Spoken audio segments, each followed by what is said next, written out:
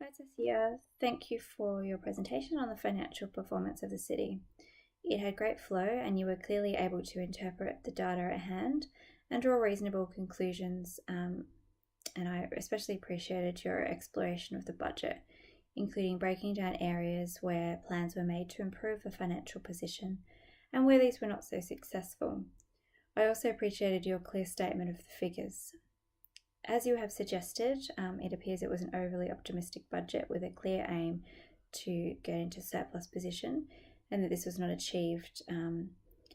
So I would suggest that in the following year we conduct a review of budget processes, like you have suggested, and controls which could be made in order to get closer to the surplus and reduce the deficit. With a focus on why the proposed changes in the previous year, such as salary cost reductions, were not as successful as anticipated. There could be a variety of reasons for this, including very fixed salary costs and the fact that staff are not easily able to be moved around or reduced in those cost areas as rapidly as 1 year. Given that salary costs in particular are often fixed at a national or union level. I can see that from your assessment that the financial situation could be better, but it's actually not too bad. You have identified that with regard to cash flow, that one of the outgoing expenses was in fact investments, which without would have led to a budget surplus potentially, and that this would have possible future benefits at the cost of a short-term deficit.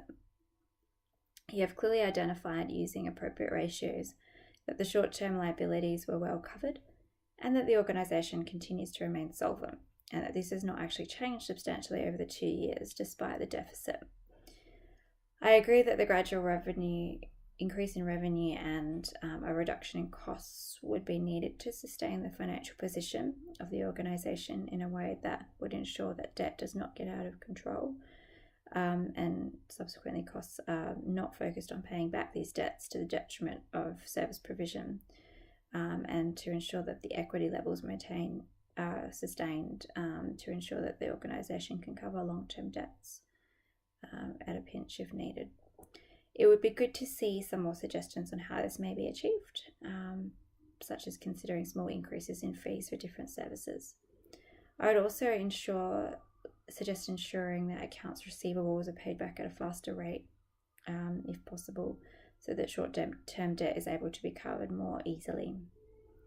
As you have stated, the situation is not dire, particularly if one considers that public sector organisations can manage at a reasonable long-term debt levels, particularly for the investment of services and assets for the public good and those which have been mandated at a political level, as debt can be supported by a variety of organisations.